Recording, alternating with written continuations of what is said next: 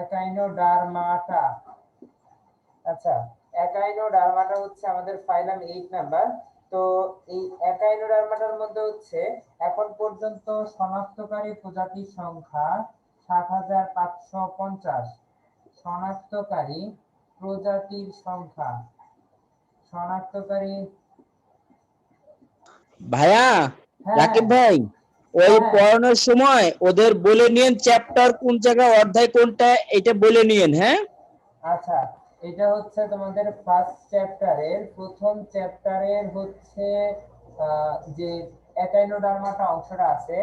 এর আগে হচ্ছে ফাইলাম 1 থেকে 7 পর্যন্ত সবকিছু শেষ। তার আগে যে ভ্রূণ স্তরটা বাকি আছে, শুধুমাত্র ভ্রূণ স্তর বাকি আছে, প্রাতি সাম্যতাটা বাকি আছে, ঠিক আছে, আর সিলমটা বাকি আছে। এই তিনটা টপিক বাদ দিয়ে এরপর হচ্ছে আমরা ফাইলাম 1 থেকে 7 পর্যন্ত টোটালটা শেষ করে ফেলছি। এরপর হচ্ছে একাইনোডার্মা, ফাইলাম 8। আজকে হচ্ছে একাইনোডার্মাটা। এটা টোটাল শনাক্তকারী প্রজাতির সংখ্যা, শনাক্তকারী প্রজাতির সংখ্যা ৭৫৫০টা। বিজ্ঞানী জ্যাকব কেলাইন, বিজ্ঞানী জ্যাকব কেলাইন এই লোকটা সর্বপ্রথম একাইনোডার্মাটা প্রজাতি আবিষ্কার করেন। একাইনোডার্মাটা আবিষ্কার করেন এবং এটার নামকরণ করেন। একাইনোডার্মাটা প্রজাতিটাকে আবিষ্কার করেন এবং এটাকে একাইনোডার্মাটা বলে নামকরণ করেন বিজ্ঞানী জ্যাকব কেলাইন। আচ্ছা, এরপর এটার এক্সাম্পল হচ্ছে তারা মাছ। এটার এক্সাম্পল হচ্ছে তারা মাছ।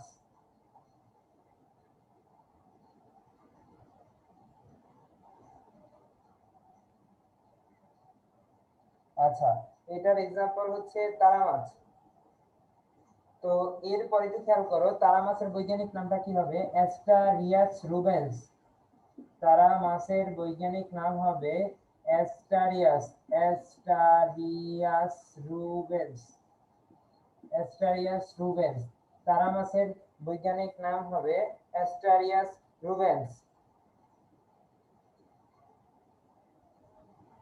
বুঝা গেছে? আর তার একাইনোডার্মাটা পর্বের প্রাণীর মধ্যে আরো এক্সাম্পল আছে, যেগুলো হচ্ছে ব্রিস্টল তারা, মানে হচ্ছে তারা গাছেরই একটা প্রজাতি যেটা নাম হচ্ছে ব্রিস্টল তারা মাছ। তারপর হচ্ছে সাগর অর্চিন, এটা সমুদ্রের তলদেশে পাওয়া যায়। সমুদ্র শসা, এটা হচ্ছে শসার মতো দেখতে, এটা সমুদ্রের নিচে পাওয়া যায়। তারপর হচ্ছে মূলত হচ্ছে এগুলো বেশিরভাগই হচ্ছে সাগরের প্রাণী, সাগরের মধ্যে বসবাস করে, লোনা পানির উদ্ভিদ, লোনা পানিতে বসবাস করে। আর এরা হচ্ছে সবগুলোর মধ্যে একটা মাথায় রাখবো, এর যে একাইনোডার্মাটার মধ্যে যে সকল প্রাণীগুলো আছে, তো এদের গায়ের মধ্যে একটা কি দেখা যায়? কাটা কাটা দেখা যায়। এদের গায়ে কাটা কাটা স্তর দেখা যায়, কাটা কাটা স্তর দেখা যায়। এটা দেখতে অনেকটা কাটা কাটা বিশিষ্ট। তারপর হচ্ছে এরা মূলত হচ্ছে গতদিন বলছিলাম স্তর হচ্ছে 3টা স্তর।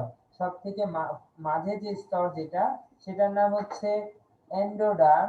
সব থেকে মাঝের যে স্তর সেটা হচ্ছে এন্ডোডার্ম। মাঝখানে যে স্তর সেটাকে বলি আমি মেসোডার্ম। আর সব থেকে বাইরে যে স্তর সেটা হচ্ছে এপিডার্মিস। এপিডার্মিস সব থেকে বাইরে যে স্তর সেটা হচ্ছে এপিডার্মিস। এটা হচ্ছে মেসোডার্মিস। একদম ভেতরে যেটা সেটা হচ্ছে এন্ডোডার্মিস। এন্ডোডার্মিস তার মানে সব থেকে ভেতরে যে স্তরটা সেটা হচ্ছে এন্ডোডার্মিস। তারপর যেটা সেটা হচ্ছে মেসোডার্মিস। তারপরে যেটা সেটা হচ্ছে এপিডার্মিস, মানে বাইরে যে স্তরটা সেটাকে এপিডার্মিস বলি।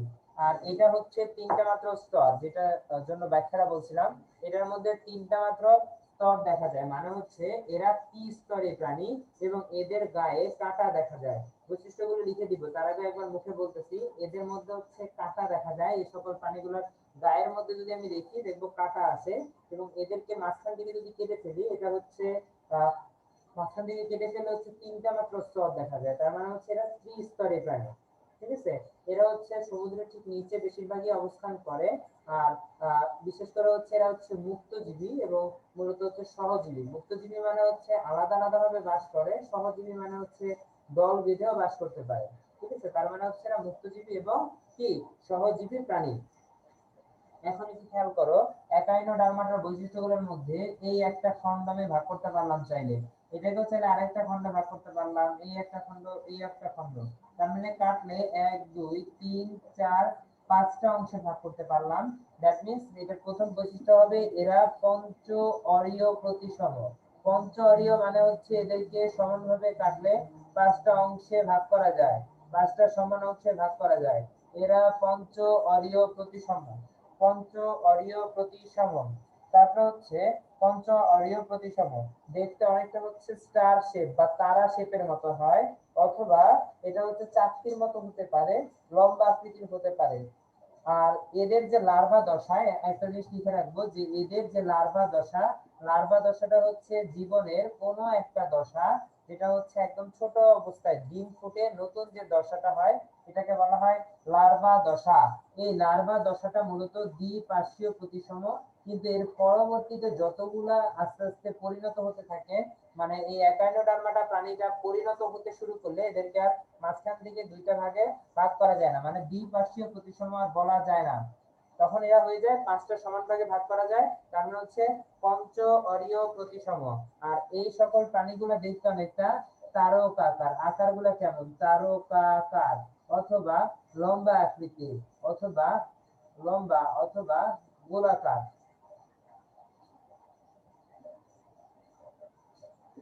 ঠিক আছে, তার মানে প্রথম যে পয়েন্টটা বললাম সেটা হচ্ছে একাইনোডার্মাটা পর্বের প্রাণীরা হচ্ছে পঞ্চ অরীয় প্রতিসম, কিন্তু এদের লার্ভা দশাটাকে আমি হচ্ছে দ্বিপার্শ্বীয় প্রতিসম।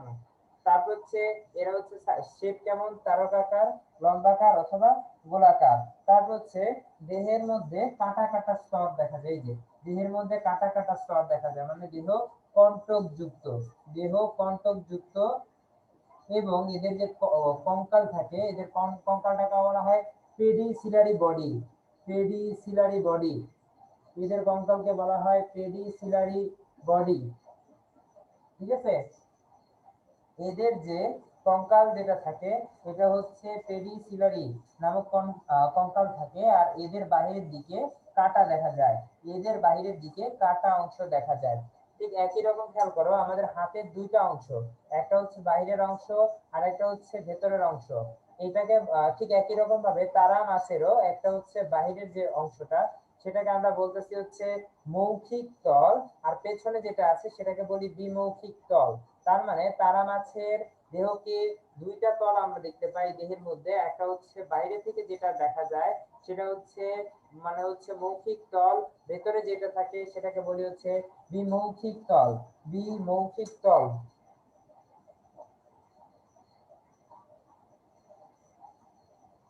তারা মাছের দেহ, এই যে 3 নম্বরে কি দেখো, তারা মাছের দেহের মধ্যে দেহের মাঝে দুটি তল দেখা যায়, দেহের মাঝে দুটি তল দেখা যায়, দুটি তল দেখা যায়। একটা হচ্ছে মৌখিক তল, এক হচ্ছে মৌখিক তল মানে সামনের দিকে যেটা অবস্থিত সেটাকে আমরা বলছি মৌখিক তল। নাম্বার 2 যেটা সেটা হচ্ছে বিমৌখিক তল।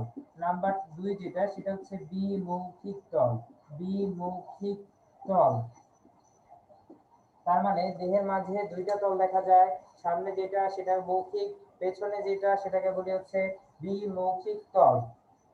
এখন ওদের দেহের মধ্যে একটু খেয়াল করো, এরকম এইখানে দুইটা গর্ত দেখা যায়, এইখানে দুইটা গর্ত দেখা যায় যেটাকে আমরা বলি অ্যাম্বুলাকাল খাদ। যে গর্ত দুইটার নাম হচ্ছে অ্যাম্বুলাকাল খাদ, অ্যাম্বুলাকাল খাদ।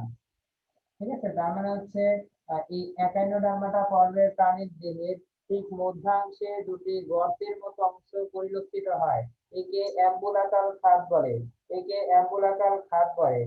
হাইড্রা এর দেহে ঠিক মাঝ বরাবর, মূলত হচ্ছে দেহের মাঝ বরাবর দুটি গর্ত দেখা যায়, একে অ্যাম্বুলাকাল খাদ বলে, একে অ্যাম্বুলাকাল খাদ বলে। হাইড্রা এর দেহের ঠিক মাঝ বরাবর দুটি গর্তের মতো অংশ দেখা যায়, একে অ্যাম্বুলাকাল খাদ বলে। আচ্ছা, এরপরে দেখো হাইড্রা এর দেহে ও সারাটা শরীরে মূলত হচ্ছে পানি চলাচলের জন্য এরকম নালী আছে।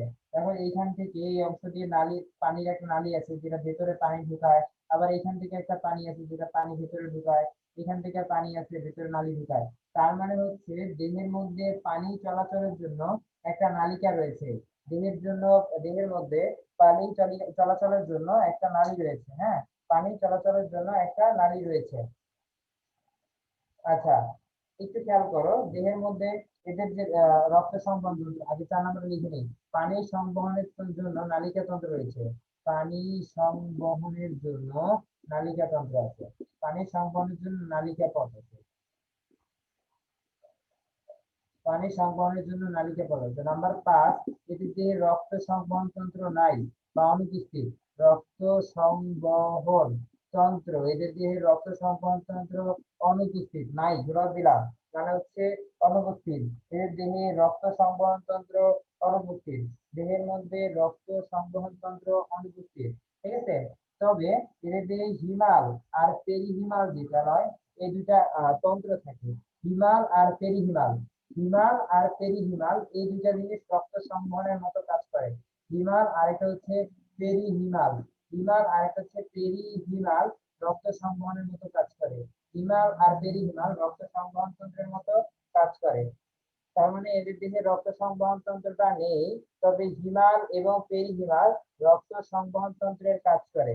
হিমাল এবং পেরিহিমাল রক্ত সংবহন তন্ত্রের কাজ করে। নাম্বার 9 একটু দেখো, যে এদের দেহে মূলত হচ্ছে রেচন তন্ত্র নাই। রেচন, নাম্বার 9 না 5, 6 এটা। এদের দেহে রেচন তন্ত্র নেই, এদের দেহে রেচন তন্ত্র নেই, রেচন তন্ত্রটা থাকে না, দেহে রেচন তন্ত্র থাকে না। আর কথা হচ্ছে এদের মধ্যে খেয়াল করো, এদের দেহে মূলত সকল সদস্যই সামুদ্রিক, সকল সদস্য হচ্ছে কি সামুদ্রিক। তার মানে একাইনোডার্মাটা একটু খেয়াল করো, একাইনোডার্মাটা এটার উদাহরণ ছিল তারা মাছ। এক্সাম্পল হচ্ছে অ্যাস্টারিয়াস রুবেন্স, অ্যাস্টারিয়াস রুবেন্স। তারা মাছের বৈজ্ঞানিক নাম হচ্ছে অ্যাস্টারিয়াস রুবেন্স। নাম্বার 1, এটার যে বৈশিষ্ট্য সেটার মধ্যে নাম্বার 1 হচ্ছে এদেরকে দেহের মাঝ অংশ বরাবর 5টা সমান টুকরা ভাগ করা যায়। তার মানে হচ্ছে পঞ্চ অরীয় প্রতিসম। কিন্তু এরা ডিম ফুটে যে দশাটা দেখা যায় সেটাকে বলি হচ্ছে লার্ভা দশা। এই লার্ভা দশাটাকে সমান মাঝখান দিয়ে কেটে ফেললে 2টা অংশে ভাগ করা যায়, মানে দ্বিপার্শ্বীয় প্রতিসম। এদের এইগুলা দেখতে অনেকটা গোলাকার হতে পারে, লম্বাকার হতে পারে, অথবা তারকাকার হতে পারে। এক্স্যাক্টলি হচ্ছে বেশিরভাগই তারকাকার হয়।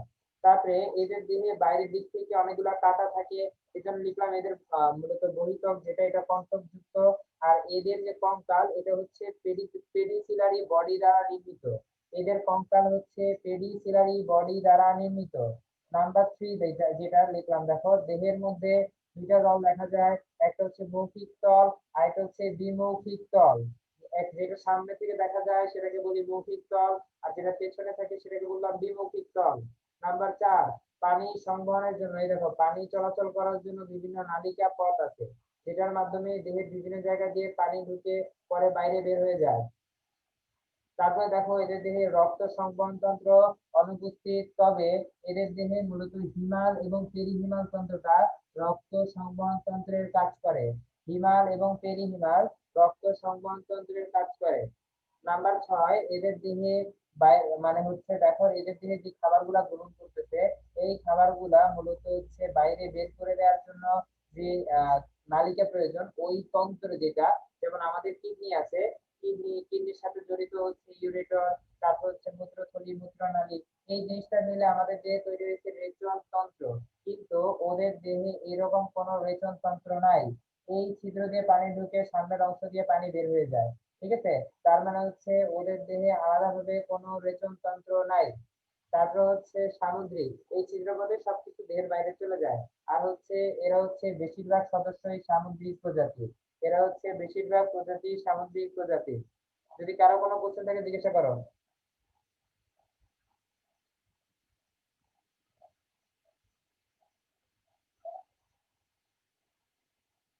ভাইয়া এদের চোখ থাকে না?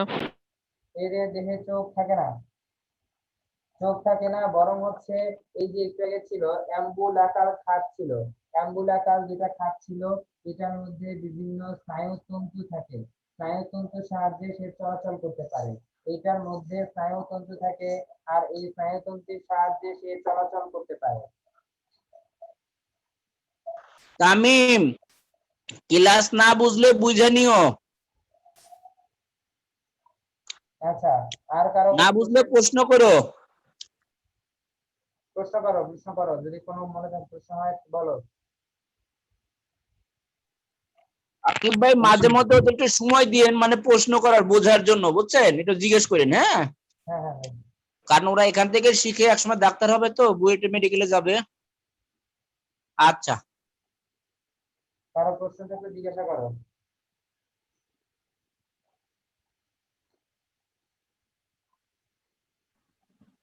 পানি সংবহন নালিকা কয়টি বলছিলেন যে? হ্যাঁ হ্যাঁ হ্যাঁ, পানি পানি সংবহন নালিকা কয়টি? এটা পানি সংবহন নালিকা হচ্ছে 3টা থেকে 5টা। এদের দেহে পানি সংবহন তন্ত্রের নালিকা আছে, যেটা হচ্ছে 3টা থেকে 5টা পানি সংবহনের নালিকা আছে। 3টা ছবিতে দেখাইছে। এটা বেসিক্যালি হচ্ছে যারা হচ্ছে মূলত হচ্ছে এই 5টা হচ্ছে পরিণত অবস্থায়, এই 5টা অংশ থেকে 5টা নালী বের হয়। 1 2 3 4, এই হলো 5। আর সাধারণ অবস্থায় 3টাও থাকতে পারে। ঠিক আছে, 3টা থেকে 5টা পানি সংবহন তন্ত্রের নালিকা রয়েছে। তারপর আর স্যার এদের পাকস্থলী? এদের পাকস্থলী, এটা হচ্ছে খাবার সরাসরি একদিক দিয়ে, দেখো খাবার বলতে পানি, অক্সিজেন আর হচ্ছে বিভিন্ন শ্যাওলা। এই শ্যাওলা গুলা সাধারণত মূলত হচ্ছে পানি মূলত কিছুক্ষণ জমা করে রাখে, তারপর হচ্ছে এই ছিদ্রপথে পানি বের করে দিতেছে। তারপর হচ্ছে অক্সিজেন যত সময় দরকার অক্সিজেন দেহের মধ্যে রাখতেছে, যার কার্বন ডাই অক্সাইড আকারে বের করে দিতেছে। কিন্তু এদের দেহে পরিপাকের জন্য যে পরিপাক নালীটা সম্পূর্ণ না, এই কারণে এদের দেহে কোনো পাকস্থলী থাকে না। এদের দেহে কোনো পাকস্থলী থাকে না। পাকস্থলী শুরু হয়েছে শুধুমাত্র মানুষের থেকে। ভাই এদের শোষণ অঙ্গগুলো কোনগুলো? এদের দেহে শ্বসন অঙ্গ এটা হচ্ছে অনুপস্থিত। তবে হচ্ছে শ্বসন অঙ্গের মধ্যে হচ্ছে এই অক্সিজেনটা ব্যাপন প্রক্রিয়ায় প্রত্যেকটা কোষ নিজস্ব ভাবে টেনে নেয়। এদের মধ্যে যেমন আমাদের মধ্যে আছে নাক, ফুসফুস, এগুলো হচ্ছে শ্বসন অঙ্গ হিসেবে কাজ করে, নাক, ফুসফুস, তারপর হচ্ছে ষড়যন্ত্র, অ্যালভিওলাস। কিন্তু ওদের দেহে এগুলার কোনোটাই নাই। প্রত্যেকটা কোষ পানি থেকে অক্সিজেন ব্যাপন প্রক্রিয়ায় টেনে নেয়।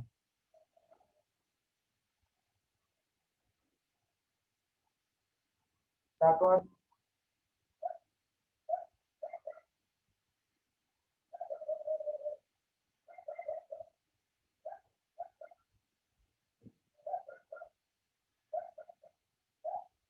বলো, প্রশ্ন বলো।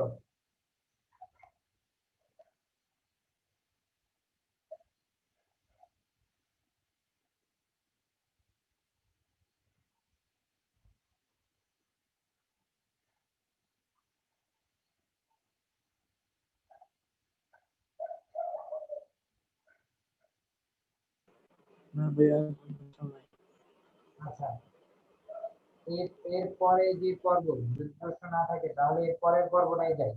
পর্ব নাম্বার 9, করডাটা।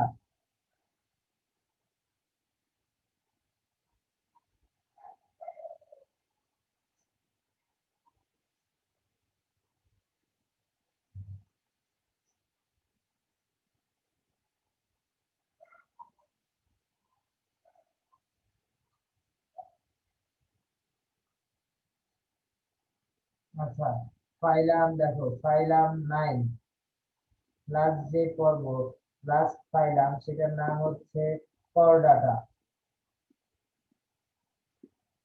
করডাটার এক্সাম্পল গুলো একটু দেখি।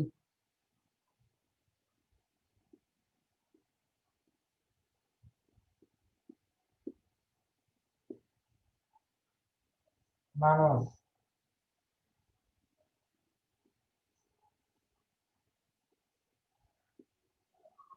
রুই মাছ, দোয়েল পাখি,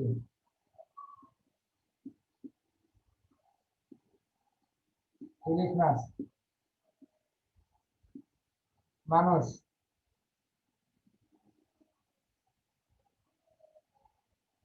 হোমো স্যাপিয়েন্স, রুই মাছ,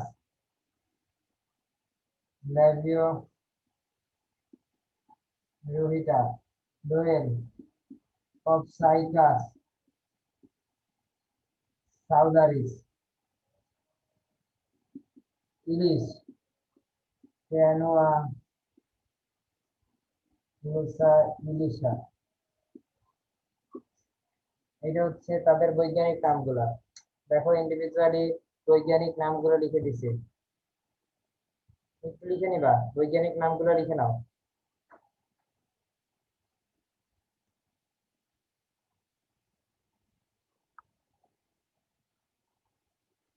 বৈজ্ঞানিক নামগুলো একটু লিখে নাও।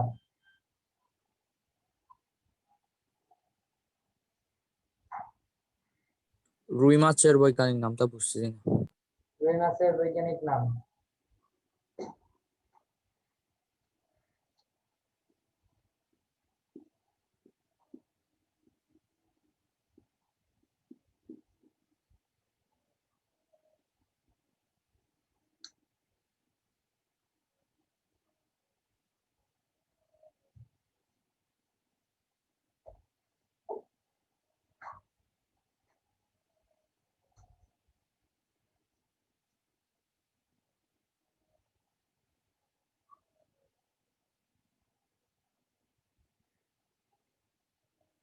এবার করডাটা, করডাটার মধ্যে দেখো করডাটা কে আবিষ্কার করছেন?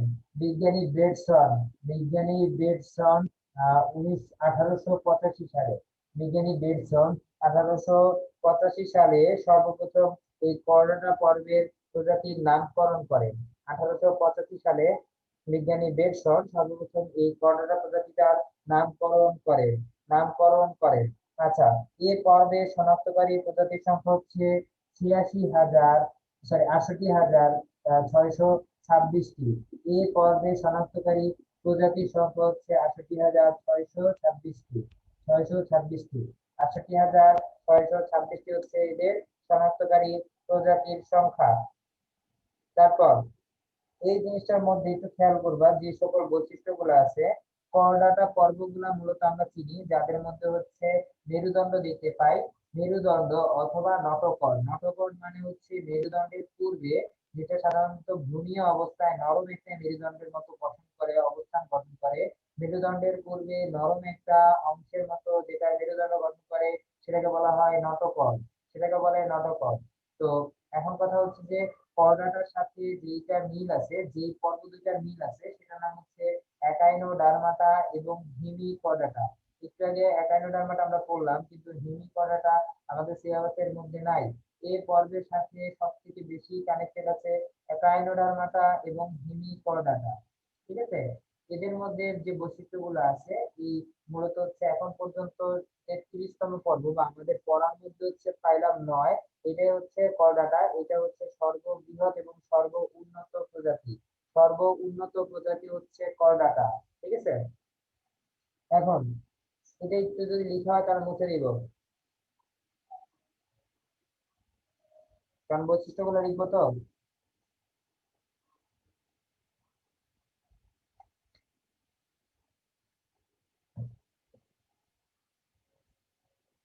হ্যাঁ ভাই লেখা হয়েছে। আচ্ছা, নটোকর্ডের করডাটার বৈশিষ্ট্য হচ্ছে আমাদের জীবনের যে কোনো একটা পর্যায়ে নটকর ছিল। এই নটকরটা দেখা যায় সাধারণত ভ্রূণীয় দশায়, নটকরটা দেখা যায় ভ্রূণীয় দশায়। পরবর্তীতে এই নটকরটা আস্তে আস্তে পরিবর্তিত হয় এবং পরিবর্তিত হয়ে মেরুদণ্ডে স্থাপিত হয় বা প্রতিস্থাপিত হয়, মেরুদণ্ডে প্রতিস্থাপিত হয়। কিন্তু কিছু কিছু প্রাণীর দেহে এই নটকরটা সারা জীবন নটকর আকারেই দেখা যায়, সেটা আর মেরুদণ্ডে স্থাপিত হয় না, প্রতিস্থাপিত হয় না। তার মানে হচ্ছে জীবনের যে কোনো একটি দশায় নটকর দেখা যায়, যে দশাটার নাম হচ্ছে ভ্রূণীয় দশা। পরবর্তীতে এই নটকরটা মেরুদণ্ডে প্রতিস্থাপিত হয়। কিন্তু কিছু কিছু প্রাণীর দেহে নটকর ছাড়া আজীবন এই নটকর অবস্থায় থেকে যায়। ঠিক আছে, নটকর অবস্থাতেই থেকে যায়। আর যে সকল প্রাণীর মধ্যে এই নটকর মেরুদণ্ডে প্রতিস্থাপিত হয়, তাদেরকে আমরা বলি মেরুদণ্ডী প্রাণী বা ভার্টিব্রেটস, মেরুদণ্ডী প্রাণী বা ভার্টিব্রেটস বলি। ঠিক আছে, এই নটকর যেটা, এই নটকর হচ্ছে যেটা পিঠের ঠিক মাঝখান বরাবর অবস্থিত। নটকরটা হচ্ছে দেহের ঠিক পৃষ্ঠ মধ্যরেখা, মানে পিঠের দিকে ঠিক মাঝখানে অবস্থিত, পিঠের দিকে ঠিক মাঝখানে অবস্থিত। এই নটকরটা ঠিক মাঝখানে একটা ফাঁপা জায়গা আছে, যার মধ্য দিয়ে স্নায়ুরজ্জু, আমাদের মস্তিষ্ক থেকে স্নায়ুরজ্জুটা বের হয়ে চলে গেছে। তার মানে হচ্ছে আমাদের এই স্নায়ুরজ্জুটা মেরুদণ্ডের ভেতরের যে গহ্বর, এই গহ্বরের ভেতর দিয়ে চলে গেছে। ঠিক আছে, স্নায়ুরজ্জু হচ্ছে মেরুদণ্ডের গহ্বরের ভেতর দিয়ে প্রবেশ করে চলে গেছে। নাম্বার 2 স্নায়ুরজ্জু নাম্বার 2 হচ্ছে স্নায়ুরজ্জু। স্নায়ুরজ্জুটা বললাম, স্নায়ুরজ্জু হচ্ছে আমাদের মস্তিষ্কের পেছন দিক থেকে বের হয়েছে, যেটা হচ্ছে আমাদের বিভিন্ন অনুভূতি এবং বিভিন্ন অংশ থেকে আসা অনুভূতিকে গ্রহণ করে মস্তিষ্কে নিয়ে যায়। কোথায় নিয়ে যায়? মস্তিষ্ক নিয়ে যায়। মস্তিষ্ক কি করে? উপযুক্ত সাড়া প্রদানের ফলে অনুভূতিগুলোকে বিভিন্ন অঙ্গে প্রদান করে। পরবর্তীতে মস্তিষ্ক বিভিন্ন মূলত হচ্ছে যে সংবেদ বা তথ্য বিভিন্ন অঙ্গে প্রেরণ করে। এই স্নায়ুরজ্জু গুলা আমাদের মেরুদণ্ড এর মাঝখানে ঠিক ফাঁকা জায়গা দিয়ে দেহের ঠিক পেছন দিকে বরাবর প্রসারিত রয়েছে। মেরুদণ্ডের ঠিক পেছন দিকে বরাবর প্রসারিত আছে। ঠিক আছে, এটা হচ্ছে স্নায়ুরজ্জু। এরপর হচ্ছে ফুলকা রন্ধ্র। নাম্বার 3 ফুলকা রন্ধ্র। জীবনে কোনো একটা সময় আমাদেরও ফুলকা রন্ধ্র ছিল। ফুলকাগুলো নষ্ট হয়ে গেছে এবং গলার ঠিক টনসিলের পাশে এই ফুলকার পরিবর্তে তৈরি হয়েছে ফুসফুস। ফুসফুস তার মানে জীবনের কোনো একটা দশায় ফুলকারন্ধ্র দেখা যায়। পরবর্তীতে এই ফুলকাগুলো আস্তে আস্তে নষ্ট হয়ে যায় এবং ফুসফুস দ্বারা প্রতিস্থাপিত হয়। জীবনের কোনো একটা দশায় ফুলকা নষ্ট হয়ে যায় এবং এই ফুলকাগুলো ফুসফুস দ্বারা প্রতিস্থাপিত হয়। নাম্বার 4 এন্ডোস্টাইল। দেখো,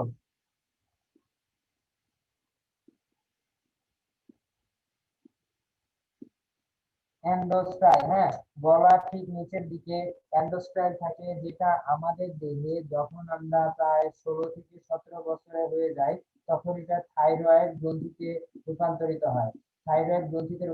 হয়, যেটা আমাদের দেহে ক্যালসিয়াম ক্ষরণ করে।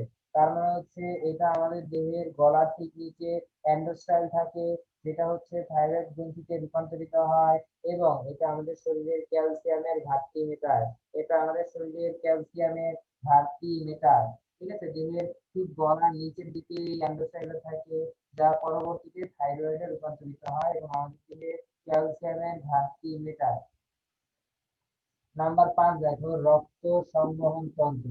রক্ত সংবহন তন্ত্র একটু পয়েন্ট গুলো লিখে নিব। রক্ত সংবহন তন্ত্র রক্ত সংবহন তন্ত্র বলতে হচ্ছে আমাদের যে রক্ত সংবহন তন্ত্র, গতদিনই বলছিলাম আমাদের রক্ত সংবহন তন্ত্র হচ্ছে হৃৎপিণ্ড এবং রক্ত নালীগুলোর মধ্যেই সীমাবদ্ধ। আর যে রক্ত সংবহন তন্ত্রটা হচ্ছে সারা দেহে যে কোনো অবস্থায় চলাচল করতে পারে, সেটাকে আমরা বলি হচ্ছে বদ্ধ সংবহন তন্ত্র। আর যে সকল রক্ত সংবহন তন্ত্রগুলা একটা রক্ত নালী এবং হৃৎপিণ্ড যেটা ওইটার মধ্যে সীমাবদ্ধ থাকে, ওইটাকে আমরা বলি হচ্ছে বদ্ধ সংবহন তন্ত্র। তো আমাদের শরীরের ক্ষেত্রে এই বদ্ধ সংবহন তন্ত্রটাই থাকে, কারণ রক্ত হৃৎপিণ্ড এবং হচ্ছে রক্ত নালীর মধ্যে সীমাবদ্ধ থাকে। তার মানে আমাদের রক্ত সংবহন তন্ত্রটা হচ্ছে কি ধরনের? বদ্ধ রক্ত সংবহন তন্ত্র। বদ্ধ রক্ত সংবহন তন্ত্র। আচ্ছা, এটা হচ্ছে হৃৎপিণ্ডের মধ্যে আবদ্ধ থাকে। আর আমাদের শরীরের রক্তের মধ্যে থাকে হচ্ছে হিমোগ্লোবিন। এই হিমোগ্লোবিনটা রক্তটাকে কি করে? লাল কালারের তৈরি করে। হিমোগ্লোবিন এই রক্তটাকে লাল তৈরি করে। হিমোগ্লোবিনের সাথে অক্সিজেন মিক্স হয়ে অক্সি হিমোগ্লোবিন আকারে আমার সারা দেহে পরিবাহিত হয়। তার মানে আমার এই রক্ত যে হিমোগ্লোবিন থাকতেছে, এই হিমোগ্লোবিনটা আমার অক্সিজেনটাকে পরিবহন করতেছে। ঠিক আছে, আমাদের সারা দেহে প্রত্যেকটা কোষের মধ্যে কোষকে বাঁচিয়ে রাখার জন্য যে অক্সিজেন প্রয়োজন হয়, এই রক্ত অক্সিজেনটাকে পরিবহন করে। রক্ত সংবহন তন্ত্র যেটা বললাম, আমাদের রক্ত সংবহন তন্ত্র বদ্ধ প্রকৃতির। আর আমাদের রক্তের মধ্যে হিমোগ্লোবিন থাকে, যেটা রক্তকে লাল করে, যেটা আমাদের দেহে অক্সিজেন পরিবহন করে এবং অক্সি হিমোগ্লোবিন আকারে সারা দেহে রক্ত পরিভ্রমিত হয়। আচ্ছা, হৃৎপিণ্ড দেহের ঠিক নিচের দিকে মানে বুকের দেশে অবস্থান করে, যেটাকে আমরা বলি হচ্ছে অঙ্কীয় দেশ। হৃৎপিণ্ড আমাদের দেহের নিচের দিকে বা অঙ্কীয় দেশে অবস্থান করে। দেহের ঠিক নিচের দিকে বা অঙ্কীয় দেশে অবস্থান করে। তারপর হচ্ছে লেজ। কিছু কিছু দশার প্রাণীদের মধ্যে মানুষ ব্যতীত অন্যান্য প্রাণী, যেটা হচ্ছে পায়ের পেছন দিকে লেজ বিদ্যমান, যেমন হচ্ছে মাছ, পাখি এই সকল প্রাণীদের ঠিক পায়ের পেছনের দিকে লেজ বিদ্যমান, পায়ের পেছনের দিকে মাংস নারংশী, পেশল, পেশল মানে পেশিময়, পায়ের পেছনে পেশিময় মাংসল এবং নারংশীর লেজ বিদ্যমান, মাংসল এবং নারংশীর লেজ বিদ্যমান। ঠিক আছে, তার মানে হচ্ছে আমার করডাটা পর্বের মধ্যে যা যা বৈশিষ্ট্যগুলো আমরা বললাম, করডাটা পর্বের প্রাণীদের দেহে নটোকর্ড বিদ্যমান, যেটা হচ্ছে ভ্রূণীয় দশায় দেখা যায়। পরবর্তীতে এই নটোকর্ডটা মেরুদণ্ডে প্রতিস্থাপিত হয়। এক সময় এই মেরুদণ্ডটা আস্তে আস্তে, এই যে মেরুদণ্ডটা থাকে আমাদের দেহে, এই মেরুদণ্ডটা আমাদের দেহে যদি থেকে যায়, সেটা তো আমরা হচ্ছে উন্নত শ্রেণীর মধ্যে মেরুদণ্ড থাকে, সেটাকে বলে মেরুদণ্ডী প্রাণী।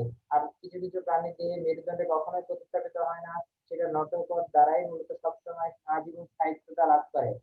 তার পরবর্তীতে নাম্বার 2, আমাদের দেহে যে মেরুদণ্ড থেকে, আমাদের দেহে মেরুদণ্ডের মাঝখানে ঠিক ফাঁকা জায়গা আছে, যেটার মধ্য দিয়ে আমাদের মস্তিষ্ক থেকে পেছনের অংশের থেকে আসা হচ্ছে স্নায়ুরজ্জু, এই মেরুদণ্ডের ভেতর দিয়ে গমন করে। স্নায়ুরজ্জু গুলো আমাদের শরীরের বিভিন্ন অংশ বরাবর বিস্তৃত আছে, এর সাহায্যে আমরা বিভিন্ন জায়গার অনুভূতি গ্রহণ করতে পারি।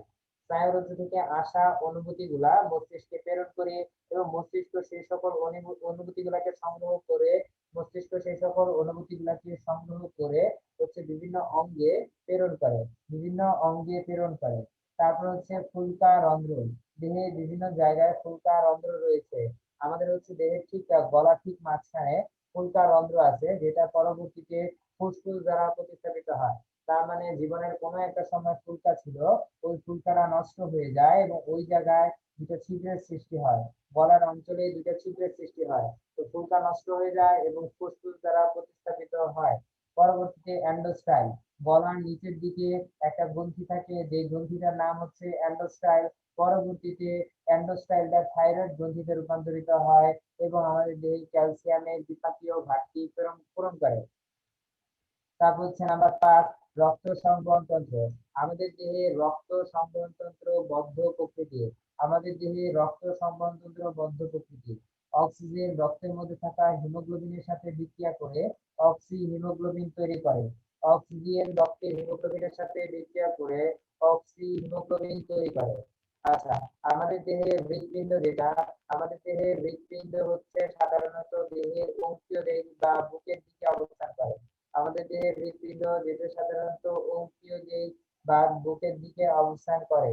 তারপর হচ্ছে লেজ যেটা, সেটা হচ্ছে আমাদের দেহে থাকে না, অন্যান্য প্রাণীর দেহে লেজ ঠিক পেছনের দিকে অবস্থান করে। পায়ের পেছনে মাংস লেজ থাকে এবং এটা সাধারণত তারা নাড়াতে সক্ষম, আচ্ছা, এই ছিল হচ্ছে করোনাটা পর্বের বৈশিষ্ট্য। কারো কোনো কোশ্চেন থাকলে জিজ্ঞাসা করতে পারো।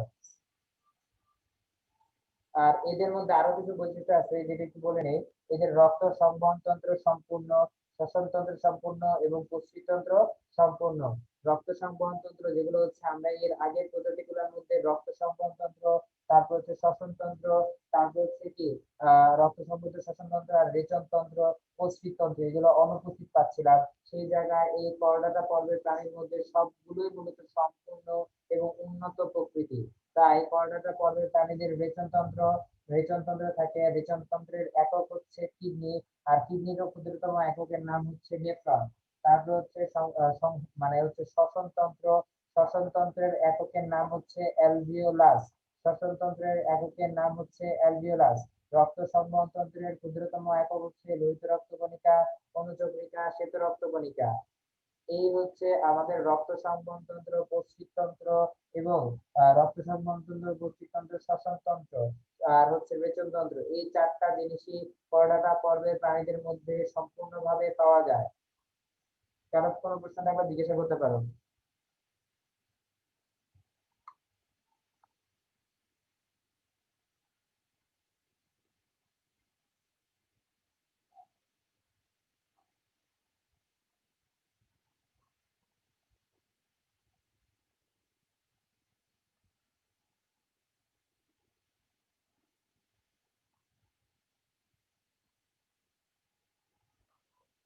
কারো কোনো প্রশ্ন থাকলে জিজ্ঞাসা করো।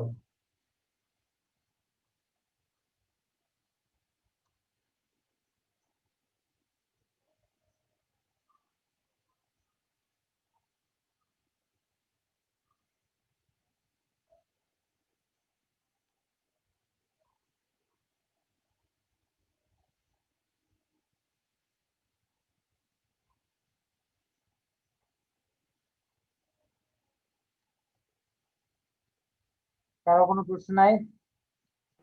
না ভাই। আচ্ছা, তাহলে হচ্ছে ফাইলাম নাই, এগুলো একটু লেখা হয়েছে। এই জাস্ট হেডলাইন গুলো একটু মনে রাখলে তুমি বাকিটা লিখতে পারবা। হেডলাইনটা একটু লিখে নাও।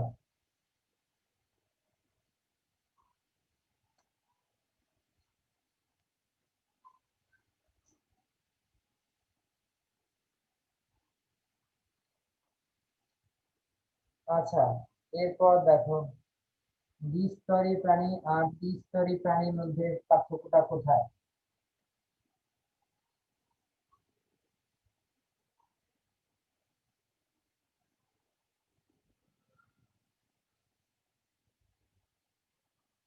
আচ্ছা, এবার দেখো দ্বিস্তরী প্রাণী এবং ত্রিস্তরী প্রাণীর মধ্যে পার্থক্য কোথায়? দেখো দ্বিস্তরী প্রাণী কোনটা? যে সকল পর্বের প্রাণীদের মধ্যে দুইটা মাত্র স্তর পাওয়া যায়। যেমন হচ্ছে আমার হাইড্রা পর্বের প্রাণীর মধ্যে আগামী যে 2 নাম্বার চ্যাপ্টার আছে ওখানে পড়াতে গেলে দেখা যাবে যে বলতে হবে যে হাইড্রা একটা কি প্রাণী? দ্বিস্তরী প্রাণী। হাইড্রা হচ্ছে একটি দ্বিস্তরী প্রাণী। অথবা নিডারিয়া পর্বের প্রাণীগুলো হচ্ছে দ্বিস্তরী কেন, ব্যাখ্যা করো, এরকম একটা প্রশ্ন আসবে। তো ওখানেও পড়াবো। এখানে একটা জিনিস খেয়াল করো যে দুইটা পর্বের মধ্যে মানে স্তর তো দুইটা, যে ভেতরের যে স্তর সেটাকে বলে ইন্ডোডার্ম। ইন্ডোডার্ম সব থেকে ভেতরে যে স্তর এটা হচ্ছে এন্ডোডার্ম।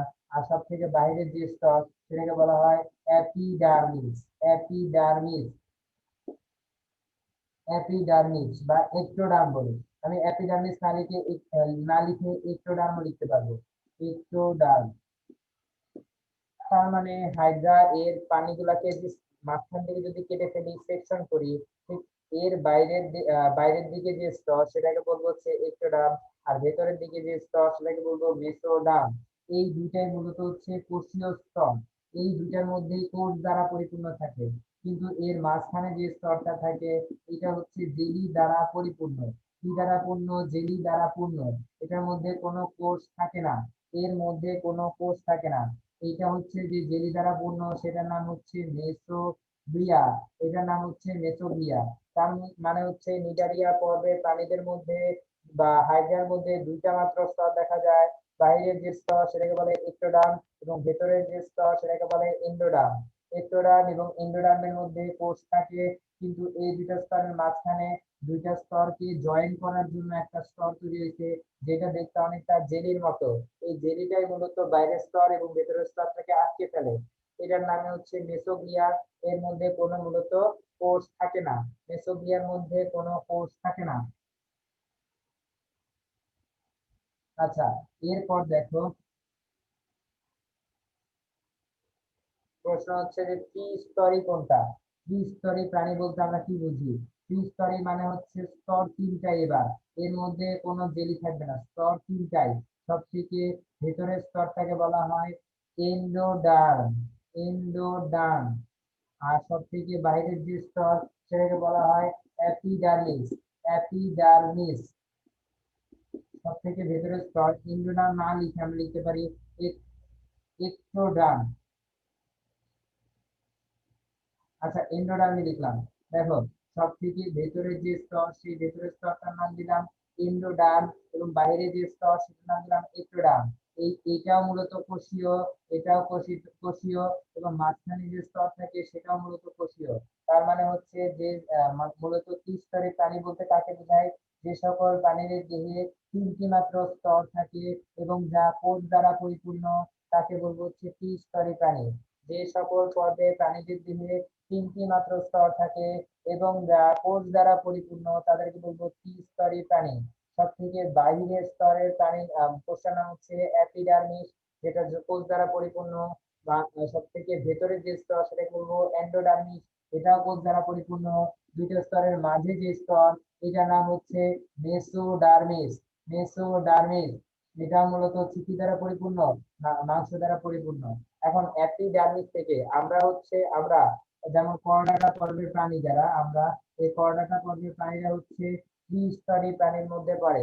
কারণ হচ্ছে এই এদের এন্ডোডার্ম থেকে তৈরি হয় হচ্ছে এন্ডোডার্ম, যেটা এন্ডোডার্ম থেকে তৈরি হয় হচ্ছে দেহের রক্ত সংবহন তন্ত্র, তারপর হচ্ছে হৃৎপিণ্ড, তারপর হচ্ছে ফুসফুস শ্বসনতন্ত্র, মানে হচ্ছে দেহের ভেতরের অংশগুলো হচ্ছে আমাদের দেহের যে ভেতরের অংশগুলা, সেই ভেতরের অংশগুলা তৈরি করে হচ্ছে এন্ডোডার্ম।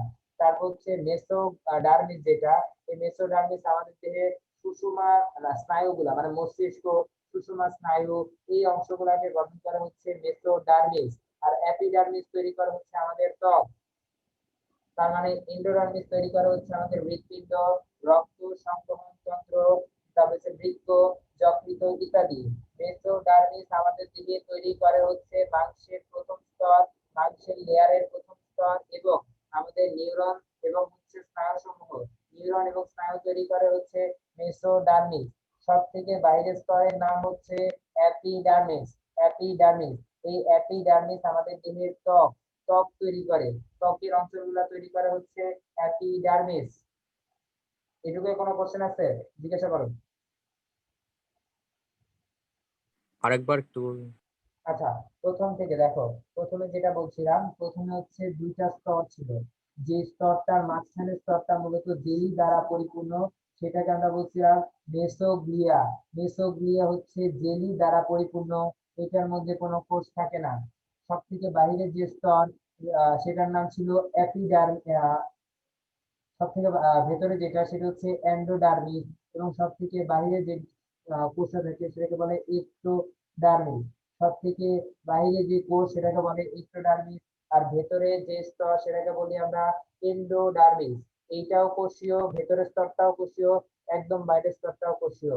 এই দুইটা স্তরের মাঝখানে যে জেলির মতো অংশটা থাকে মেসোগ্লিয়া, এটা মূলত কোষ দ্বারা পরিপূর্ণ থাকে না, এটা হচ্ছে জেলি দ্বারা পরিপূর্ণ। তাহলে আলটিমেটলি আমার কোষ দ্বারা পরিপূর্ণ হচ্ছে এন্ডোডার্মিস এবং এক্টোডার্মিস। এই দুইটাই মূলত হচ্ছে কোষ দ্বারা পরিপূর্ণ হওয়ার কারণে এটাকে বলা হয় দ্বিস্তরী প্রাণী। এটা নিডারিয়া পর্বের প্রাণীর মধ্যে দেখা যায়। বুঝতে পারছি? একটা হচ্ছে ভেতরের স্তর, একটা হচ্ছে বাইরের স্তর। দুইটার মাঝখানে জয়েন্ট আকারে জেলি থাকে, যেটাকে আমরা বললাম মেসোগ্লিয়া, যেটাকে মেসোগ্লিয়া বললাম। এই মেসোগ্লিয়ার মধ্যে কোনো কোষ থাকে না, কারণ এটার মধ্যে ক্রস দিলাম। ক্রস মানে হচ্ছে কোনো কোষ থাকে না। কোষ থাকে হচ্ছে এন্ডোডার্মিস আর এক্টোডার্মিসের মধ্যে। তাহলে স্তর আলটিমেটলি দাঁড়ালো হচ্ছে দুইটা। আর এটা কোন পর্বের প্রাণীর মধ্যে দেখা যায়? দ্বিস্তরী পর্বের প্রাণী, নিডারিয়া পর্বের প্রাণীর মধ্যে দেখা যায়। এরপর যেটা বললাম ত্রিস্তরী প্রাণী। ত্রিস্তরী প্রাণীর মধ্যে সব থেকে ভেতরের যে স্তর, এটাকে বললাম ইন্ডোডার্ম। ইন্ডোডার্ম মাঝের যে স্তর, এটাকে আমরা বলছিলাম মেসোডার্ম। মেসোডার্ম। আর সব থেকে বাইরের যে স্তর, সেটাকে বললাম এপিডার্মিস। এপিডার্মিস। ভেতরের স্তরের নাম এন্ডোডার্মিস, মাঝখানের স্তর হচ্ছে মেসোডার্মিস, একদম বাইরে যে স্তর সেটা হচ্ছে এপিডার্মিস। এই তিনটা স্তরের মধ্যে মূলত হচ্ছে কোষীয় অঙ্গাণু দ্বারা তৈরি থাকে, কোষ দ্বারা তৈরি থাকে। এন্ডোডার্মিস, এপিডার্মিস, মেসোডার্মিস, তিনটার মধ্যেই কোষ থাকার কারণে এটাকে বলা হয় হচ্ছে ত্রিস্তরী প্রাণী। এই করোনাটা হচ্ছে ত্রিস্তরী প্রাণীর উদাহরণ। এই এন্ডোডার্মিস, আমাদের এই এন্ডোডার্ম থেকে তৈরি হয় হচ্ছে আমাদের রক্ত সংবহন তন্ত্র, রক্ত সংবহন তন্ত্র, যকৃৎ, তারপর হচ্ছে কিডনি বা বৃক্ক, এগুলো তৈরি হয়। মাঝখানে যে সংবহন তন্ত্র মেসোডার্মিস, এখান থেকে তৈরি হয় আমাদের নিউরন স্নায়ুগুলা, নিউরন, মস্তিষ্ক ইত্যাদি। আর সব থেকে বাইরে যেটা এপিডার্মিস, এপিডার্মিস এটা আমাদের দেহের ত্বকতন্ত্র তৈরি করে, ত্বকতন্ত্র তৈরি করে। প্রিয়া, আরেকবার বলবো? আর একবার বলেন। আচ্ছা, একটু খেয়াল করো যে মানুষের ফার্স্টে প্রশ্ন আসবে যে নিডারিয়া পর্বের প্রাণীরা সাধারণত দ্বিস্তরী বৈশিষ্ট্য বিশিষ্ট, বা দ্বিস্তরী বৈশিষ্ট্য কার মধ্যে দেখা যায়? নিডারিয়ার মধ্যে দেখা যায়। সব থেকে ভেতরের স্তরটাকে বলা হয় এন্ডোডার্মিস। এই প্রথম যে ছবিটা একটু খেয়াল করো, সব থেকে ভেতরের স্তরটাকে বলে হচ্ছে এন্ডোডার্মিস, এন্ডোডার্মিস। আর সব থেকে বাইরে যে স্তর, এটাকে বললাম আমরা এক্টোডার্মিস। মানে ভেতরের স্তরের নাম হচ্ছে এন্ডোডার্মিস, বাইরের স্তরের নাম হচ্ছে এক্টোডার্মিস। এই এন্ডোডার্মটার মধ্যে কোষ থাকে, এই এক্টোডার্মের মধ্যে কোষ থাকে। কিন্তু এই এন্ডোডার্ম আর এক্টোডার্মকে যে ধরে রাখছে, এর নাম হচ্ছে মেসোগ্লিয়া। এই যে ধরে রাখছে মানে মেসোগ্লিয়া হচ্ছে এক্টোডার্ম মানে ভেতরের স্তরটাকে ধরে, আর মানে এন্ডোডার্ম হচ্ছে ভেতরের স্তর আর বাইরের স্তর এক্টোডার্ম, দুইটা স্তরকে জয়েন করে হচ্ছে মেসোগ্লিয়া বা জেলির মতো অংশ। কিন্তু এই মেসোগ্লিয়ার মধ্যে কোনো কোষ থাকে না, থাকে হচ্ছে এন্ডোডার্ম আর এক্টোডার্মের মধ্যে। একটু ভালো মতো দেখো, এই বাহিরের স্তরটার মধ্যে এবং ভেতরের স্তরের মধ্যে মূলত যা কোষ থাকে, কিন্তু মাঝখানে যে দুইটাকে ধরে রাখছে এটার মধ্যে কোনো কোষ থাকে না, এটার মধ্যে কোনো কোষ থাকে না। তাহলে কোষ থাকে শুধুমাত্র এন্ডোডার্ম এবং এক্টোডার্মের মধ্যে। এই কারণে এটাকে বলা হয় মূলত দুইটা স্তরের মধ্যে কোষ থাকে, এই কারণে এটাকে বলা হয় দ্বিস্তরী প্রাণী। দ্বিস্তরী প্রাণী। এইটুকু ক্লিয়ার? আরেকবার বলবো কোনটা? বুঝছি ভাইয়া। আচ্ছা, বুঝছি ভাইয়া। ত্রিস্তরী হচ্ছে সব থেকে ভেতরের স্তরের নাম হচ্ছে এন্ডোডার্ম, সব থেকে বাইরের স্তরের নাম হচ্ছে এপিডার্মিস, আর এই দুইটা স্তরের মাঝখানে যে স্তর থাকে এটার নাম হচ্ছে মেসোডার্মিস। ভেতরের স্তর এন্ডোডার্মিস, বাইরের স্তর এপিডার্মিস, মাঝখানের স্তর মেসোডার্মিস। এই তিনটা স্তরটাই মূলত হচ্ছে কোষ দ্বারা তৈরি। এই তিনটা স্তর কোষ দ্বারা তৈরি হওয়ার কারণে এদেরকে ত্রিস্তরী প্রাণী বলা হয়। এদেরকে ত্রিস্তরী প্রাণী বলা হয়। এখন এই এন্ডোডার্মিস থেকে তৈরি হয় আমার কিডনি, তারপর হচ্ছে লিভার, তারপর হচ্ছে ব্লাড সার্কুলেশন বা রক্ত সংবহন তন্ত্র। আর মাঝখানে মানে মেসোডার্মিস থেকে তৈরি হয় হচ্ছে আমাদের নিউরন। আর এপিডার্মিস মানে বহি অঞ্চল থেকে তৈরি হয় আমাদের ত্বক। তার মানে এপিডার্মিস একটা জিনিস তৈরি করতেছে আমাদের শরীরে, তারপর হচ্ছে নিউরন তৈরি করতেছে হচ্ছে মেসোডার্মিস, আর রক্ত সংবহন তন্ত্র তৈরি করতেছে মানে দেহের ভেতরের অংশগুলোকে তৈরি করতেছে হচ্ছে এন্ডোডার্মিস। ক্লিয়ার? এর ভেতরের অংশগুলোকে তৈরি করতেছে মূলত হচ্ছে এই দেহের ভেতরের অংশগুলোকে তৈরি করতেছে হচ্ছে এন্ডোডার্মিস। এই কারণে কর্নাটা পর্বের প্রাণী মানে আমরা হচ্ছে দ্বিস্তরী পর্বের প্রাণীর মধ্যে পড়ি। ঠিক আছে, এর এক্সাম্পল হচ্ছে দ্বিস্তরী প্রাণী। বুঝতে পারছি?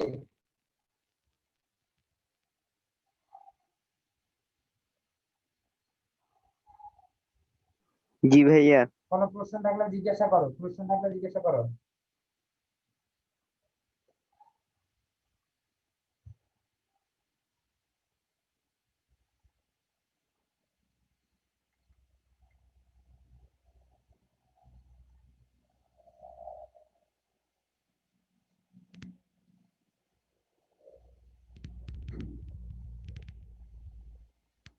আচ্ছা, যদি প্রশ্ন না থাকে তাহলে এটা মুছে দিলাম।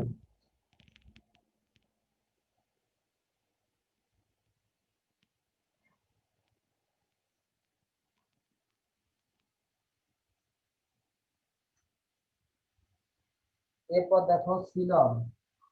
সিলম এই জিনিসটা বাদ ছিল, হ্যাঁ।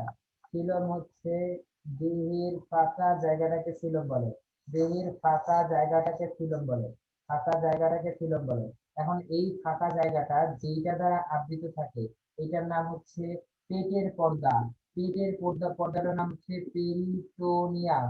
পেরিটোনিয়াম তার মানে হচ্ছে দেহের যে ফাঁকা জায়গা, এটা একটা অঞ্চল দ্বারা বা একটা কিছু দ্বারা আবৃত থাকে, ওই জায়গাটার নাম হচ্ছে পেটের একটা পর্দা। এই পেটের পর্দার একটা বিশেষায়িত নাম হচ্ছে পেরিটোনিয়াম। দেহের ফাঁকা জায়গা যেটা হচ্ছে সেটাকে সিলম বলে। তার মানে সিলম হচ্ছে দেহের ফাঁকা জায়গা যা পেরিটোনিয়াম থেকে পেরিটোনিয়াম দ্বারা আবৃত। পেরিটোনিয়াম দ্বারা আবৃত। আমরা জানি আমাদের জীবন দশা অনেকগুলো স্তর দেখা যায়, যেমন হচ্ছে ভ্রূণ দশা, ক্লিভেজ দশা, ক্লিভেজ দশা, ক্লিভেজ দশা, তারপর হচ্ছে গ্যাস্ট্রুলা, গ্যাস্ট্রুলা, নাম্বার 4 হচ্ছে মরুলা। এই দশাগুলো হচ্ছে আমরা যখন ভ্রূণ অবস্থায় থাকি, ভ্রূণ অবস্থায় থাকলে এই দশাগুলো আমাদের দেখা যায়। ক্লিভেজ, প্রথম যে মাংসপেশিগুলো মানে বিভাজিত হয় সেটাকে বলি ক্লিভেজ। ক্লিভেজ থেকে যার হচ্ছে যখন অঙ্গের সঞ্চারণ হয় সেটার নাম হচ্ছে গ্যাস্ট্রুলা। গ্যাস্ট্রুলা থেকে অঙ্গগুলা যখন হচ্ছে পরিণত অবস্থায় হয় সেটার নাম হচ্ছে মরুলা। তো এখন কথা হচ্ছে যে আমাদের যখন হচ্ছে ভ্রূণ অবস্থায় ছিলাম তখন এই দশাগুলো দেখা যায়, ক্লিভেজ, গ্যাস্ট্রুলা, মরুলা। তারপর হচ্ছে নাম্বার 4, 5 যেটা ব্লাস্টুলা, ব্লাস্টুলা, ব্লাস্টুলা, হ্যাঁ। এখন কথা হচ্ছে এই পেরিটোনিয়াম আমার শরীরে কোন জায়গা থেকে তৈরি হয়, সেটা হচ্ছে ব্লাস্টোসিল বা ব্লাস্টুলা, ব্লাস্টোসিল। তার মানে দেহের ফাঁকা জায়গা, দেহের ফাঁকা জায়গা জায়গা যেটা পেরিটোনিয়াম দ্বারা আবৃত এবং ব্লাস্টোসিল হতে উদ্ভূত, ব্লাস্টোসিল থেকে সৃষ্টি হয়েছে। তার মানে আমাদের দেহ এটা হচ্ছে এটা দ্বারা আবৃত আর এটা দ্বারা সৃষ্টি হয়েছে। তার মানে সিলম হচ্ছে দেহের ফাঁকা জায়গা, যেটা হচ্ছে পেরিটোনিয়াম দিয়ে আবৃত এবং ব্লাস্টোসিল হতে সৃষ্ট গহ্বর বা ফাঁকা জায়গাকে সিলম বলে। সংজ্ঞাটা হবে এইরকম: দেহের ফাঁকা জায়গা যেটা হচ্ছে পেরিটোনিয়াম দ্বারা আবৃত থাকে এবং আমাদের জীবন দশা হচ্ছে একটা দশা যেটার নাম হচ্ছে ব্লাস্টুলা বা ব্লাস্টোসিল থেকে সৃষ্ট দশাটার নাম হচ্ছে সিলম। সিলম হচ্ছে দেহের ফাঁকা জায়গা যেটা হচ্ছে পেরিটোনিয়াম বা একটা পর্দা দ্বারা আবৃত থাকে এবং ব্লাস্টোসিল নামক একটা দশা থেকে সৃষ্টি, সেটার নাম হচ্ছে সিলম বলে। এইটুকু ক্লিয়ার?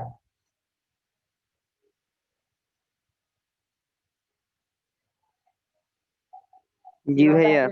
আচ্ছা, এখন সিলমকে আমরা হচ্ছে মূলত হচ্ছে দেহের মধ্যে যে ফাঁকা জায়গা আছে কি নাই এটার বেসিসে আমরা তিন ভাগে ভাগ করতে পারি। একটা হচ্ছে অ্যাসিলোমেট, অ্যাসিলোমেট, অ্যাসিলোমেট, দেন হচ্ছে সুডোসিলোমেট, সুডোসিলোমেট, নাম্বার 3 হচ্ছে ইউসিলোমেট।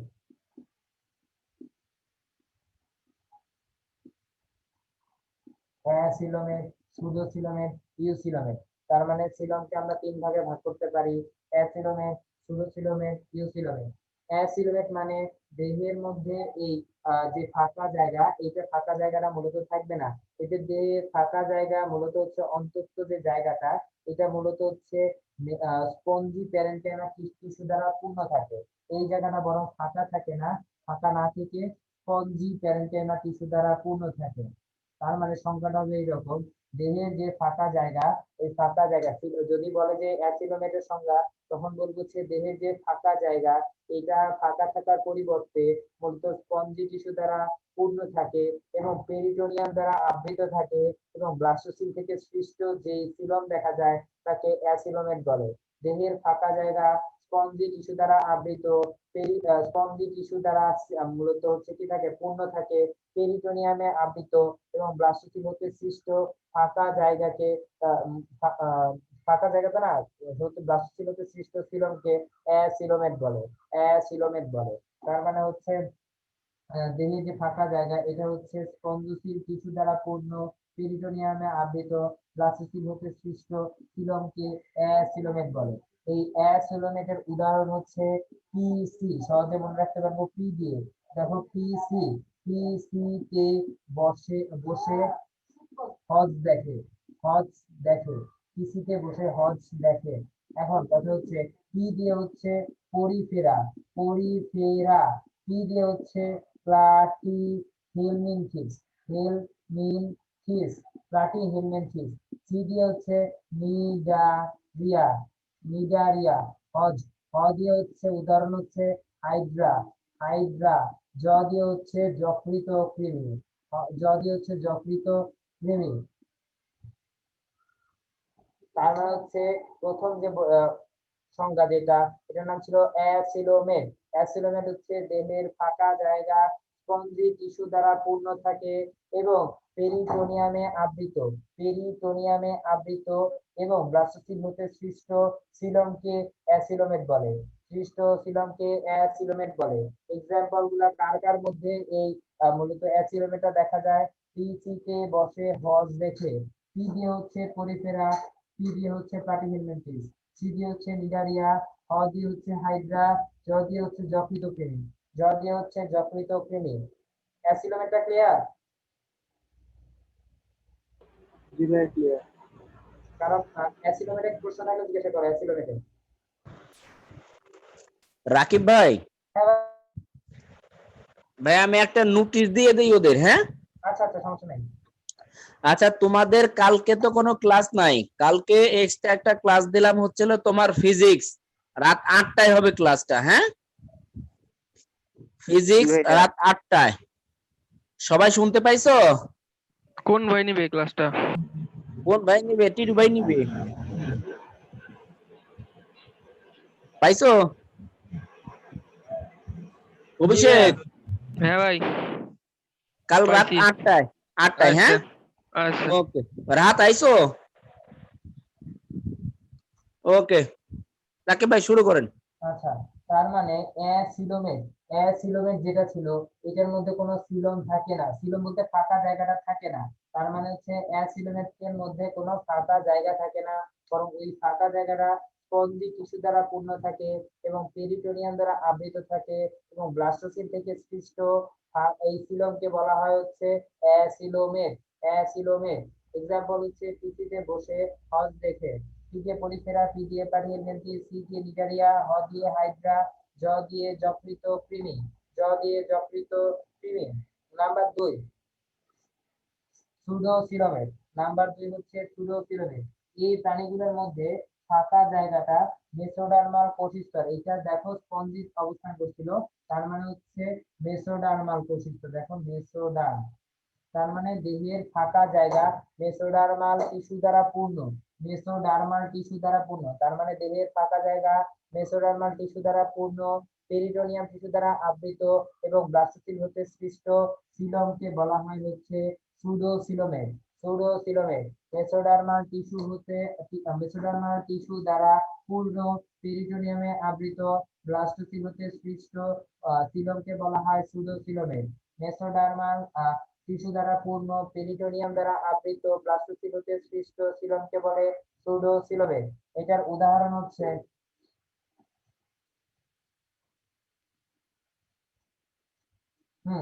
উদাহরণটা দেখো, উদাহরণ হচ্ছে নারকেল। এক্সাম্পল হচ্ছে নারকেল, ন দিয়ে নেমাটোডা, আর দিয়ে হচ্ছে রটিফেরা, র দিয়ে রটিফেরা, কে দিয়ে কাইনর, HYNCHA কাইনোরহাইনজা, ল দিয়ে হচ্ছে লোয়া। এই লোয়া হচ্ছে চোখ কৃমির বৈজ্ঞানিক নাম। বাকিগুলো হচ্ছে সবগুলা এক একটা পর্ব প্রকাশ করে।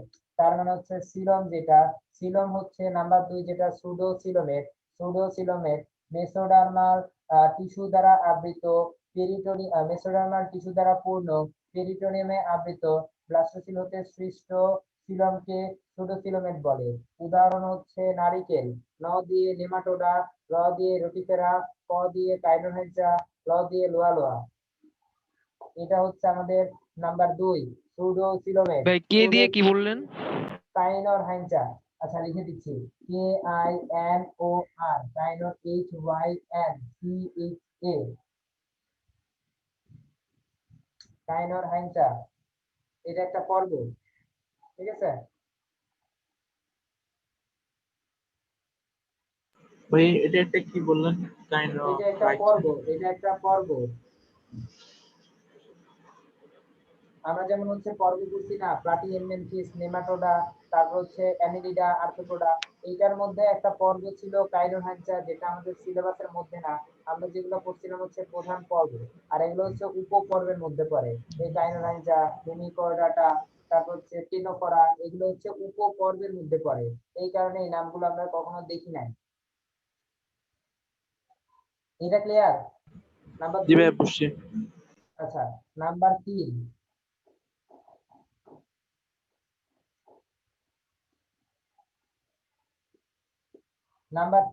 ইউসিলোমেট। দেখো ইউসিলোমেট হচ্ছে দেহের মধ্যে ফাঁকা জায়গা থাকে এবং পেরিটোনিয়াম দ্বারা আবৃত, ব্লাস্টোসিল হতে সৃষ্ট সিলমকে ইউসিলোমেট বলে। দেহের যে ফাঁকা জায়গা যেটি পেরিটোনিয়াম দ্বারা আবৃত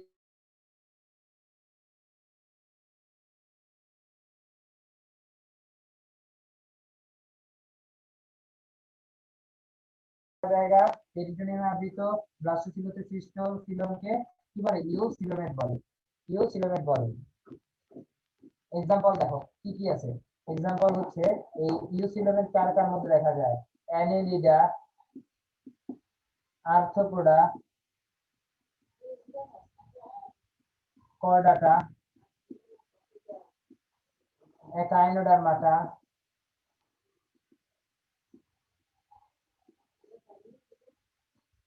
ঠিক আছে। এগুলো হচ্ছে আমার এই পর্বের প্রাণীগুলোর মধ্যে ইউসিলোমেট জিনিসটা দেখতে পাবো। তার মানে দেহের যে ফাঁকা জায়গা এটা পেরিটোনিয়াম দ্বারা আবৃত, ব্লাস্টোসিল হতে সৃষ্ট সিলমকে বলা হয় ইউসিলোমেট। ইউসিলোমেট এটার এক্সাম্পল হচ্ছে arthropoda, Annelida, chordata, Echinodermata. Clear? এই পর্বের প্রাণী আমার তার মানে সিলোমেট হচ্ছিল তিনটা। সিলোমকে আমরা তিনটা ভাগে ভাগ করতে পারছি।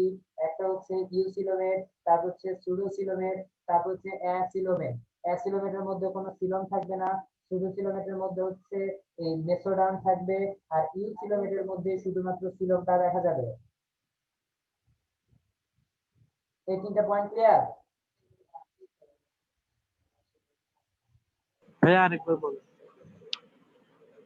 প্রথম থেকে আবার ভাই একটু আগে বললেন যে একটা মানে সামারি দিলেন, যে সামারিটা আরেকটু। আচ্ছা, সিলম বলতে হচ্ছিল এরকম যে সিলম হচ্ছে দেহের ফাঁকা জায়গা, যেটা হচ্ছে মূলত সিলম হচ্ছে দেহের ফাঁকা জায়গা যেটা পেরিটোনিয়াম দ্বারা আবৃত এবং ব্লাস্টোসিল হতে সৃষ্ট গহ্বরটাকে সিলম বলছিলাম। এখন সিলমকে আমরা তিনটা ভাগে ভাগ করতে পারলাম। একটা হচ্ছে অ্যাসিলোমেট। এই অ্যাসিলোমেটের জায়গায় মূলত ফাঁকা জায়গাটা ছিল না, বরং ছিল হচ্ছে স্পঞ্জি টিস্যু দ্বারা পরিপূর্ণ থাকে এবং পেরিটোনিয়াম দ্বারা আবৃত এবং ব্লাস্টোসিল হতে সৃষ্ট গহ্বরটাকে আমরা বলছিলাম অ্যাসিলোমেট। অ্যাসিলোমেট, ঠিক আছে? ওটা স্পঞ্জি টিস্যু দ্বারা আবৃত ছিল। নাম্বার 2 ছিল সুডোসিলোমেট। সুডোসিলোমেটটা এই জায়গা ফাঁকা জায়গা ছিল না, বরং হচ্ছে এই ফাঁকা জায়গাটার পরিবর্তে ছিল হচ্ছে মূলত হচ্ছে মেসোডার্মাল টিস্যু দ্বারা আবৃত। মেসোডার্মাল টিস্যু দ্বারা আবৃত, ওটাকে আমরা বলছিলাম হচ্ছে অ্যাসিলোমেট। ওটাকে আমরা বলছি অ্যাসিলোমেট। নাম্বার 3 যেটা ইউসিলোমেট, ফাঁকা জায়গার এই জায়গাটা ইউসিলোমেটটার মধ্যে শুধুমাত্র ফাঁকা জায়গাটা থাকবে এবং পেরিটোনিয়ামে আবৃত ব্লাস্টোসিল হতে সৃষ্ট গহ্বরটাকে বললাম ইউসিলোমেট। ক্লিয়ার? ইউসিলেমেট তো একটা প্রকৃত সিলোমেট না? প্রকৃত সিলোমেট, হ্যাঁ, ইউসিলোমেটই হচ্ছে প্রকৃত সিলোমেট। আর আর ওই যে সুডো সিলোমেট হচ্ছে অপ্রকৃত না? অপ্রকৃত সিলোমেট, হ্যাঁ, অপ্রকৃত। অপ্রকৃত যদি বলো যে সুডোসিলোমেট, জাস্ট আমার ভাষায় বলতে সুডোসিলোমেটটা হচ্ছে এরকম যে দেহের মধ্যে ফাঁকা জায়গা থাকবে বা জেলি দ্বারা পূর্ণ থাকবে। ফাঁকা জায়গা ঠিকই থাকবে কিন্তু জেলি দ্বারা পূর্ণ। তাহলে আলটিমেটলি কিন্তু দেখো ওইটা ফাঁকা জায়গা থাকতেছে না, ফাঁকা জায়গা বা জেলি দ্বারা পূর্ণ। এইটার নামই হচ্ছে সুডোসিলোমেট। আর অ্যাসিলোমেট হচ্ছে ফাঁকা থাকবে না, কোনো ফাঁকাই থাকবে না। ক্লিয়ার? মানে সিলমবিহীন। জি ভাই। কারো কোনো কোশ্চেন থাকলে জিজ্ঞাসা করো। ম্যাম সুডোসিলোমিটার এক্সাম্পল গুলো আরেকবার বলবেন? সুডোসিলোমেটের এক্সাম্পল হচ্ছে Annelida, arthropoda, Annelida, arthropoda, chordata, Echinodermata. Annelida, arthropoda, chordata, Echinodermata. না ভাই আমি সুডোসিলোমিটার তো সুডোসিলোমেট, সুডোসিলোমেটের এক্সাম্পলটা বলছিলাম হচ্ছে নারকেল। সহজে মনে রাখার টেকনিক দিছিলাম নারকেল। ন দিয়ে দিছিলাম নেমাটোডা, ন দিয়ে নেমাটোডা। র দিয়ে লিখছিলাম রটিফেরা, রটিফেরা। তারপর হচ্ছে কে দিয়ে লিখছিলাম কাইনর হাইনচা, কাইনর হাইনচা। তারপর হচ্ছে ল দিয়ে লিখছিলাম লোয়া, লোয়া। ক্লিয়ার? জি ভাই ক্লিয়ার। নেমাটোডা, রটিফেরা, কাইনোরহাইনচা, লোয়া, লোয়া। এই হলো তোমার সিলম। কারো কোনো প্রশ্ন থাকলে আজকে পড়ানোর উপর থাকলে জিজ্ঞাসা করতে পারো।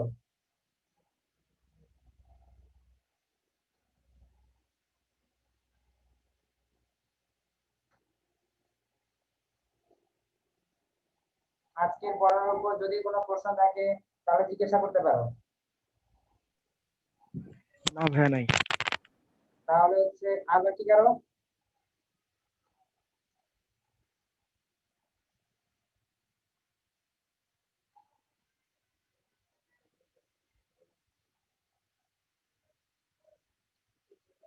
আর বাকি কারো? হ্যাঁ, ওই যে গ্যাস চুলা আর মোড়লা একটু বুঝান তো। গ্যাস্ট্রুলা আর মরুলা যখন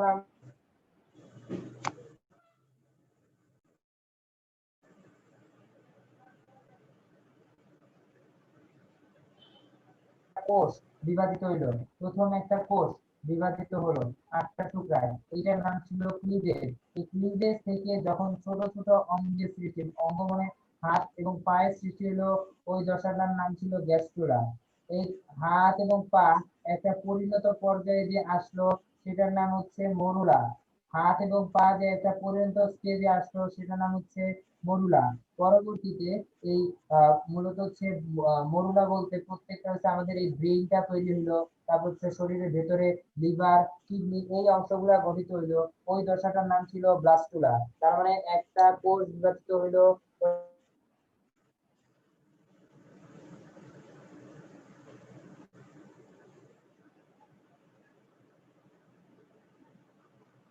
মরুলা, আমাদের মস্তিষ্ক লিভার কিডনি তৈরি হলো সেটার নাম ব্লাস্টুলা। ক্লিয়ার? জি। আর কারো কোনো কোশ্চেন?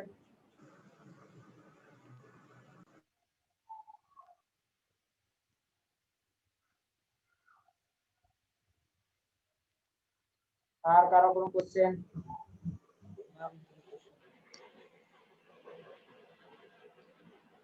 না হলে শেষ করে দিব।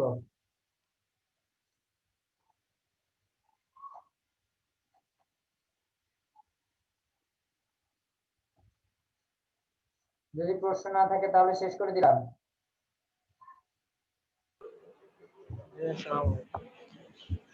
ওয়ালাইকুম আসসালাম।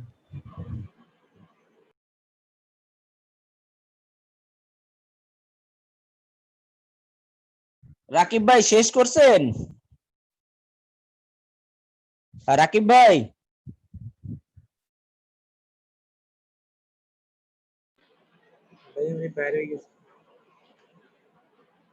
আচ্ছা, তা সবাই ভালো থাকো, কালকে রাত 8টায়।